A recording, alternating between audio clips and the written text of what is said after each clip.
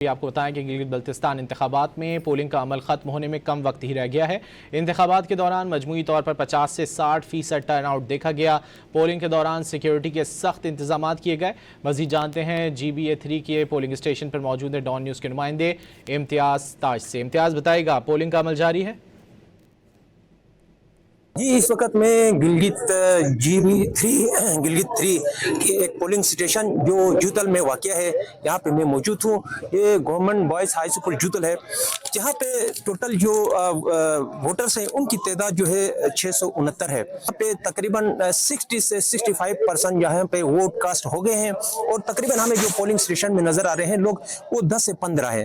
تو 1 گھنٹے بعد یا 1.5 گھنٹے بعد جو ہے یہ یہاں پہ جو ووٹنگ کا عمل ہے وہ تقریباً مکمل ہو جائے گا۔ تو بہت زیادہ ٹرن آؤٹ ہمیں جو ہے یہاں پہ نظر آ رہا ہے۔ اس کے ساتھ ساتھ حلقہ 2 میں بھی ہم وہاں پہ گئے تھے۔